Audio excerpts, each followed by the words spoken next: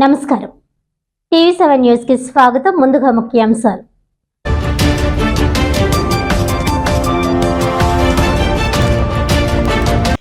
బాబు surety బాదుడు guarantee అనే రీతిలో కూటమి ప్రభుత్వ పాలన.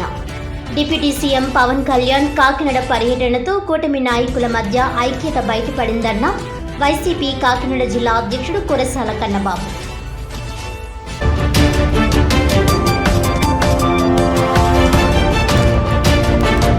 కాకినాడ గ్లోబల్ హాస్పిటల్ ప్రముఖ వైద్యుడు డాక్టర్ BHPS వీర్రాజుకి రాష్ట్ర స్థాయి 2023-24 times health excellent award.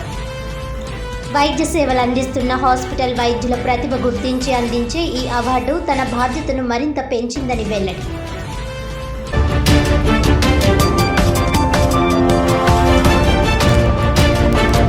Kakinada Swarnandhra colony అగ్ని ప్రమాద బాధితులకు నిత్యావసర సరుకులు పంపిణీ. బాధిత కుటుంబాలను ప్రభుత్వం తరపున ఆదుకుంటామన్న సిటీ ఎమ్మెల్యే వనమాడి కొండబాబు.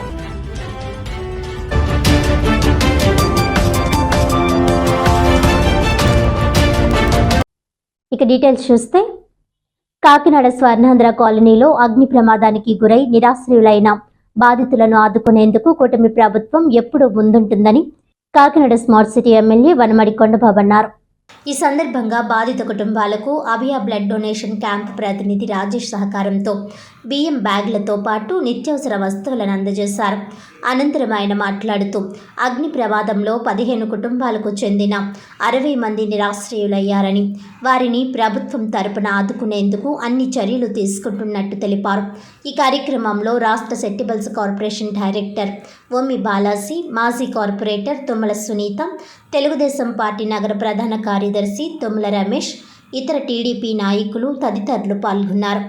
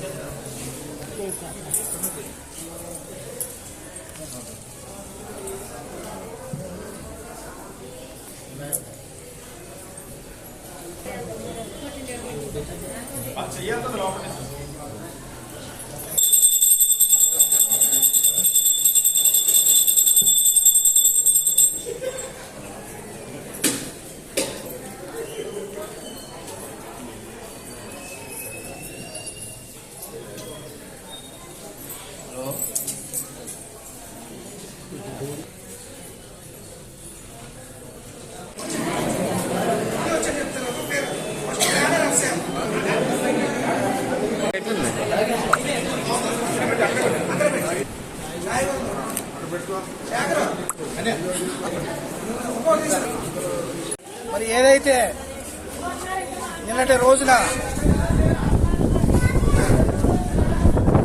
జరిగినటువంటి అగ్ని ప్రమాదంలో కొన్ని పూరి గుడిసెలు మరి దగ్ధం అవడం జరిగింది. 15 కుటుంబాలు నిరాశ్రయులయ్యారు. మరి అగ్ని ప్రమాదం జరిగిన వెంటనే మరి అగ్నిమాపక సిబ్బందికి, అదేవిధంగా ఎలక్ట్రికల్ డిపార్ట్మెంట్కి, రెవెన్యూ డిపార్ట్మెంట్కి, పోలీస్ డిపార్ట్మెంట్కి కూడా తెలియజేయడం జరిగింది. యుద్ధ ప్రాతిపదికన వచ్చి మరి నిన్నటి రోజున అగ్ని ప్రమాద ఏదైతే మాపక సిబ్బంది కానీ ఆయా శాఖల వారందరూ కూడా హుటాహుటిన వచ్చి మరి అగ్ని ప్రమాదాన్ని ఎక్కువ జరగకుండా కాపాడటమే కాకుండా మరి ఎటువంటి మరి మనుషులకి ఎవరికి కూడా నష్టం జరగకుండా చేశారు.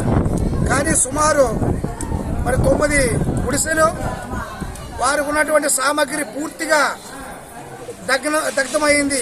5 లక్షలకు పైబడి నష్టం కలిగింది.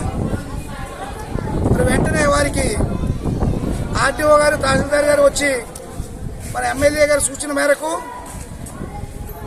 మరి మేము అక్కడుండి మా వంతు సహకారాలు అందించాం.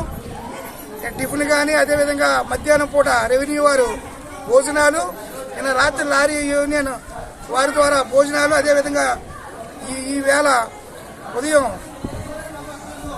టిఫిన్, ఈవేళ మధ్యాహ్నము శ్రీ అభయ ఫౌండేషన్ ద్వారా భోజనాలు, అదేవిధంగా ఏదైతే నిరాశ్రయులైన కుటుంబాలన్నిటికీ కూడా మరి ఉండడానికి మరి టార్ఫాలు, నిత్యావసర వస్తువులు మన శాసనసభ్యులు వారి సొంత ఖర్చులతో, అదేవిధంగా రెడ్ క్రాస్ వారు ఇచ్చారు. అదేవిధంగా మన అభయ ఫౌండేషన్ నుండి కూడా అడిమిరెడ్డి రాజేష్ ఇవ్వడం జరిగింది. మరి ఏదేమైనప్పటికీ వారికి ఏదైతే నిజమైన అర్హులు ఉన్నారో వాళ్ళందరికీ కూడా పూర్తి న్యాయం మా శాసనసభ్యులు చేస్తారని మేము ఆశిస్తూ ఉన్నాం. ఈరోజు మన పర్లాపేట రోడ్డు స్వర్ణంద్ర కాలనీ రోడ్లో సుమారు ఒక 15 కుటుంబాలు ఇలా అగ్ని ప్రమాదానికి గురయ్యి తెల్లవచూరు మంటలు ఎక్స్పడంతో 15 కుటుంబాలు మొత్తం పూర్తిగా కాలిపోవడం జరిగింది. అందులో సుమారు ఒక 9 కుటుంబాలకు మొత్తం ఒక తిండి బట్టలు ఏమీ లేకుండా మొత్తం అన్నీ కూడా తగ్గడం జరిగింది. దీనికి మన అభయ ఫౌండేషన్ నుంచి వాళ్ళకి 4 రోజులు సరిపడిన నిత్యావసర సరుకులు, రైస్ బ్యాగ్, వాళ్ళకి దుప్పట్ల నుంచి మొత్తం వెజిటేబుల్స్ మొత్తాన్ని కూడా ఇవ్వడం జరిగింది.